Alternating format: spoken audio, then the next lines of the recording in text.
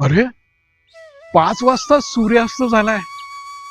तो सिंहगडाच्या मागे सूर्यास्त झालेला आहे. वा, बरं झालं मी वेळेत येऊन पोचलो होते.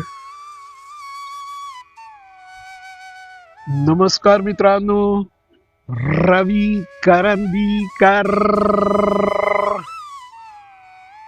आज शुक्रवार आहे. आज सिंहगडवर जाऊन आलेलो आहे आणि सिंहगडवर जाऊन आल्यानंतर खाली बसून दिवसाचा आढावा घेणारा व्हिडिओ करतोय. वा मागच्या शुक्रवारी उशीर झाला ना, तर त्यामुळे हा आढावा घेणारा व्हिडिओ उभ्या उभ्याच केला होता 2 मिनिटाचा. आणि आज मला तसा अजिबात करायचा नव्हता.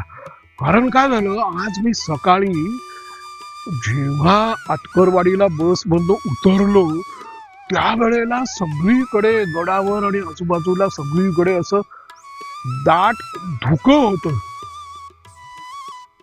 आणि नंतर धुकं कमी झालं पण ढग राहिले. अगदी शेवटी शेवटी जरा स्वच्छ ऊन पडलं होते. पण या सगळ्या वातावरणामध्ये मी आज सिंहगड चढणं अतिशय एन्जॉय केलं. म्हणजे मी आज चक्क रमत गमत सिंहगडावर गेलो. म्हणजे आज मी सिंहगड चढलो किंवा चढून गेलो असं म्हणण्याच्या ऐवजी आज मी सिंहगडाच्या दिशेने फिरत फिरत गेलो. आणि फिरत फिरत गेलो असताना बघतो तर काय, अरे मी पुणे दरवाजावर पोचलो. असं काहीतरी आज झालं. 8 वाजता चढायला सुरुवात केली, वॉर्मअप वगैरे करून अनवाणी पायांनी. तर चक्क मी 11 वाजता पुणे दरवाजावर पोचलो. चक्क 11 वाजता. 3 तास मी सिंहगड चढताना आज इतकं एन्जॉय केलं. लोकांशी गप्पा मारल्या, फोटो काढले, व्हिडिओ काढले. असं मी आज भयंकर एन्जॉय केलं चढणं. आणि ह्याचं कारण काय माहितीये का? कारण फार गमतीशीर आहे बरं का. काल काय झालं, मी खूप दिवसांनी माझा 70D कॅनन 70D आणि कॅनन 80D असे दोन्ही कॅमेरे काढले. गेली काही वर्ष मी वापरत नव्हतो. तर वापरायला लागल्यानंतर माझ्या असं लक्षात आलं की कॅनन 70D पेक्षा 80D कॅनन EOS 80D हा मला वापरायला जास्त सोयीचा आहे. सोयीचा कशामुळे? अरे 70D वर फाईलचा जो फॉर्मॅट आहे ना, व्हिडिओ केल्यानंतर व्हिडिओ फाईलचा जो फॉर्मॅट असतो ना, तो .mov आहे. आणि 80D वर मला ऑप्शन आहे, तर मी त्याच्यामध्ये MP4 चूज केला. MP4. तर तो MP4 चूज केल्यामुळे काय झालं की मला माझ्या कॅनन EOS 80D वर शूट केलेला व्हिडिओ माझ्या गुगल पिक्सेल 8a वर इम्पोर्ट करता आला. ते कॅननचं जे ॲप असतं ना, कॅनन कॅमेरा कनेक्ट, ते वापरून मी माझ्या मोबाईलवर तो छोटासा व्हिडिओ इम्पोर्ट केला आणि मी तो एडिट केला. आणि मी तो युट्यूबवर अपलोड सुद्धा केला. तर युट्यूबवर तो अपलोड केल्यानंतर काय सांगू, त्या कॅननच्या कॅनन 80Dच्या कॅमेऱ्याची जी इमेज क्वालिटी आहे ना, ती इमेज क्वालिटी ना अशी भारदस्त दिसते. भारदस्त म्हणजे आपण एखाद्या माणसाला म्हणतो ना, भारदस्त व्यक्तिमत्व आहे, तसं ते एकदम भारदस्त इमेज दिसते. पहिली गोष्ट. दुसरी गोष्ट काय झाली की मी त्याला रोडचा माईक वापरलेला होता, तर त्यामुळे त्याची ऑडिओ क्वालिटी पण चांगली होती. आणि मग आणखीन एका म्हणजे दुसऱ्या एका क्लिपला मी थोडं फार दिवसांनी काइन मास्टरवर, ॲक्च्युली काइन मास्टरवर पहिल्यांदाच बरं का, मी काय त्याला म्हणतात, image image image colour grading केलं कलर ग्रेडिंग चायला शब्द पण विसरलो. पण मी काय कॅनन कॅमेरा वापरणं बंद केलं, तसंच मी प्रीमियर प्रो वगैरे पण वापरणं बंद केलं ना. मी आता गेले काही वर्ष या गुगल पिक्सेल 8 आणि त्याच्या आधी गुगल पिक्सेल 4a हे वापरत होतो. तर त्यामुळे मी हे जे व्हिडिओ आहे ते काइन मास्टरवर एडिट करतो होते. तर यावेळेला त्यामुळे प्रीमियर प्रो वगैरे वापरणं बंद केलं. अरे कॅनन कॅमेरे वापरलेले नव्हते, त्यामुळे त्याची सेटिंग बिटिंग पण मी चक्क विसरून गेलेलो होतो. तो कालचा व्हिडिओ शूट केला ना, तो मी चक्क ऑटो मोड मध्ये शूट केला. मला इतकं संकोच वाटला. पूर्वी मी सगळे मॅन्युअल मोड मध्ये करायचं ना, चक्क ऑटो मोड मध्ये केला. पण मी म्हटलं की ठीक आहे, आज आपल्याला महत्वाची गोष्ट काय आहे की मला हे बघायचं होतं की मी कॅननच्या कॅमेऱ्यावर शूट केलेला व्हिडिओ माझ्या गुगल पिक्सेल 8a वर इम्पोर्ट करून तो काइन मास्टर मध्ये एडिट करू शकतो का. एडिट करू शकतो हे माझ्या लक्षात आलं आणि त्याची क्वालिटी फारच छान दिसते असं माझं तरी मत झालेलं आहे. म्हणजे या गुगल पिक्सेल 8a वरून जी क्वालिटी येते ती सुद्धा ओके असते बरं का. म्हणजे ती काय अशा वाईट वगैरे असते असं माझं काही मत नाही आहे. म्हणजे तर पण ती फार जबरदस्त दिसते. भारदस्त व्यक्तिमत्व. माझं त्या व्हिडिओमध्ये भारदस्त व्यक्तिमत्व दिसतं असं मला वाटलं. तर सांगायचा मतलब काय की त्यामुळे मी इतका भारावून गेलेलो होतो. मला परत माझी जी फोटोग्राफी करण्याची खुमखुमी आहे ना ती परत आली.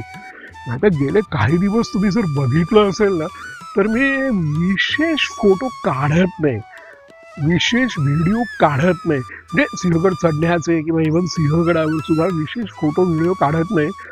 माझा सध्या भर हा कॅमेऱ्यामध्ये बोलण्यावर आहे. पण माझा उद्देश काय की मला माझं लाईफ डॉक्युमेंट करायचं आहे. तर त्यामुळे मी सध्या जरा बोलण्यावर भर देतो आहे. माझे व्हिडिओ आहे ते बोलणे ओरिएंटेड आहे.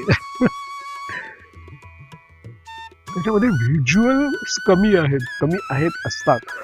पण आज मला ना परत ती माझी फोटोग्राफीची हौस, दांडगी हौस परत आली, माझ्या अंगात संचारली.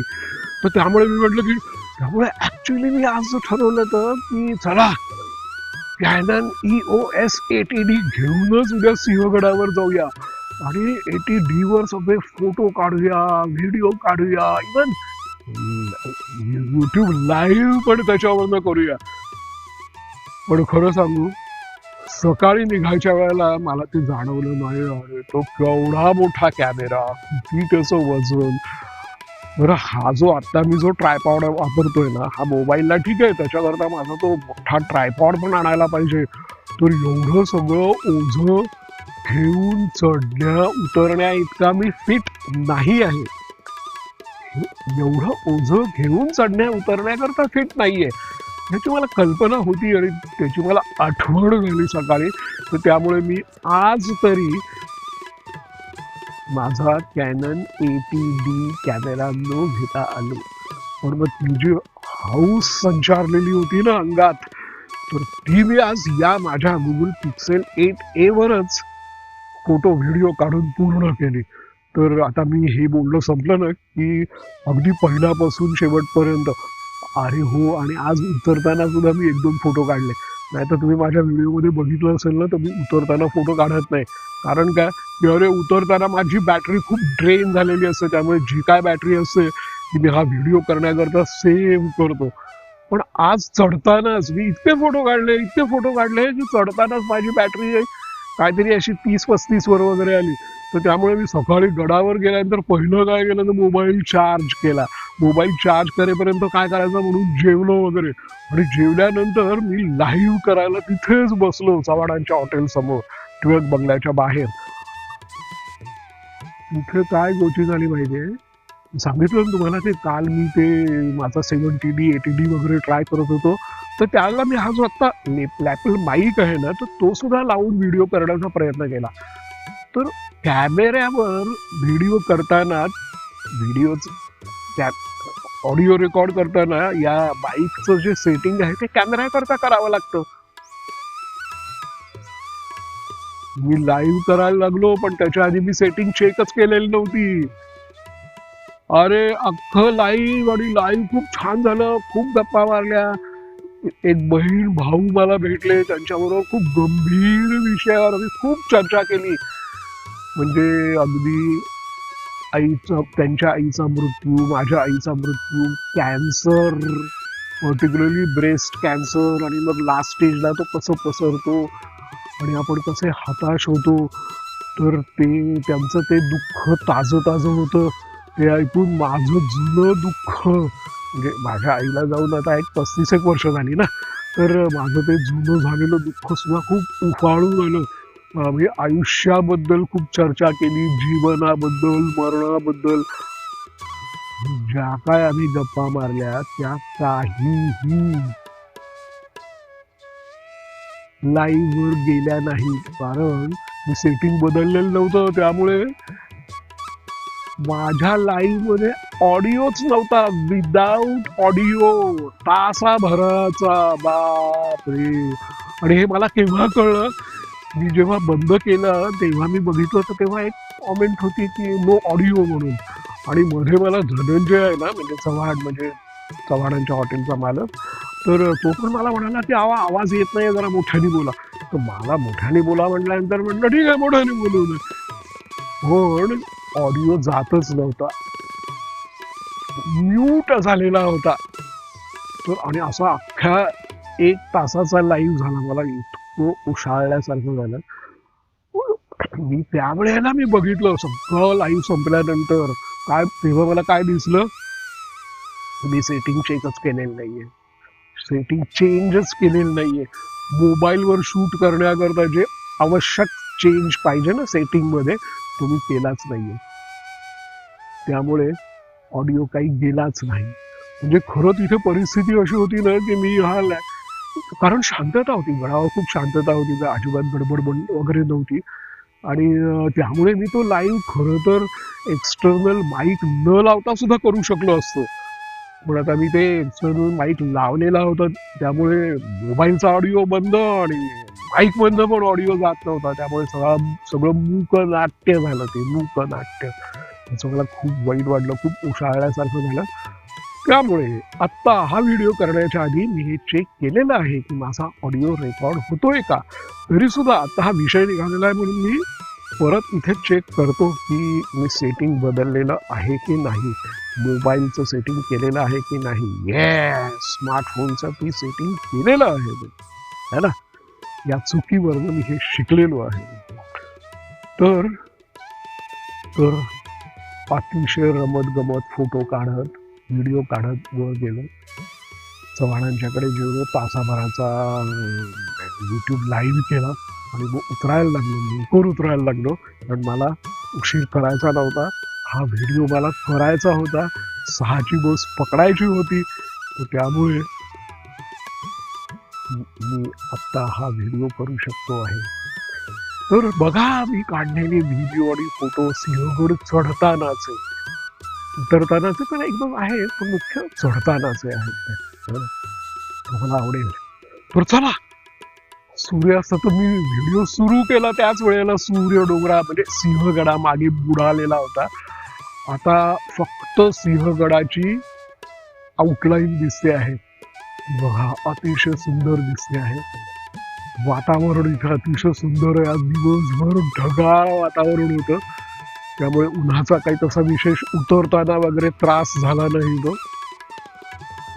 आणि जसं मला गडावर एक बहीण भाऊ भेटले, तसं अरे आता उतरताना ना मला कलकत्त्याच्या 2 बहिणी भेटल्या. त्याच्यापैकी एका बहिणीचा युट्यूब चॅनल होता, तर त्यांच्याशी पण मी खूप गप्पा मारल्या. आणि गप्पांची सुरुवात कशी झाली, तर त्या दोघी इतक्या सुंदर दिसत होत्या आणि इतका छान त्यांनी मेकअप केला होता. तर मी तिला विचारलं, तुझं युट्यूब चॅनल आहे का, तुला ब्लॉग करायचा आहे म्हणून तू एवढं मेकअप वगैरे करून आली आहेस का. तर ती मला काय म्हणाली माहितीये, आता असा मी प्रश्न का विचारला, तिच्या हातात कॅमेरा आणि सेल्फी स्टिक वगैरे असं सगळं होतं म्हणून मी तिला असं विचारलं. तर ती म्हणाली, हो माझं युट्यूब चॅनल आहे, पण मी काही मेकअप करून आलेली नाहीये. मी म्हटलं, अरे बापरे, तू मेकअप न करता इतकी सुंदर दिसतेस. अरे इतकी सुंदर दिसत होती, म्हणजे त्या दोघी इतक्या सुंदर दिसत होत्या. तर एक जण म्हणाली की नाही, उन्हामुळे माझे गाल लाल लाल झालेले आहेत.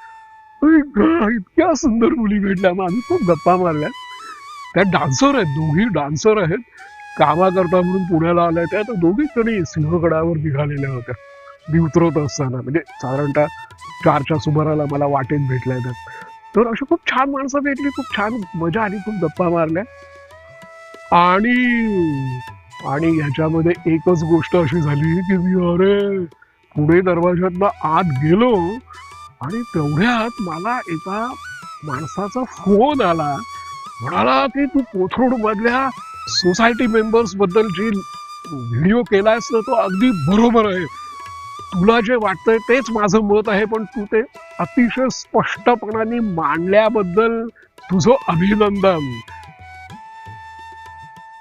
कारण तू त्यांची जी वृत्ती तू तुझ्या व्हिडिओत सांगितलेले, त्या वृत्तीचा मला स्वतःला अनुभव आलेला आहे.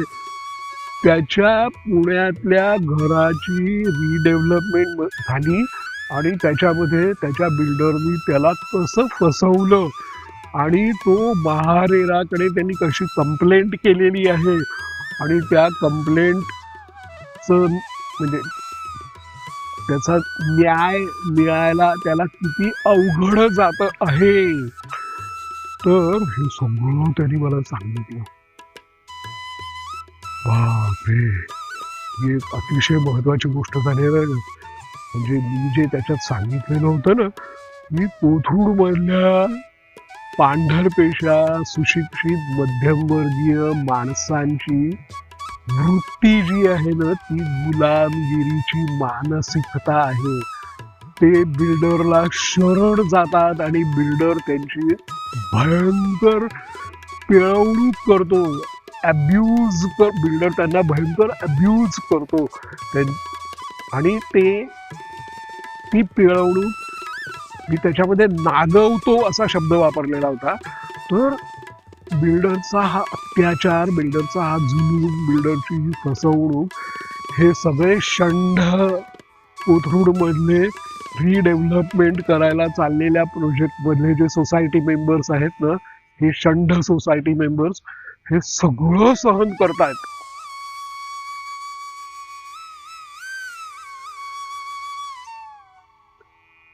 अतिशय दुःखद गोष्ट आहे ही.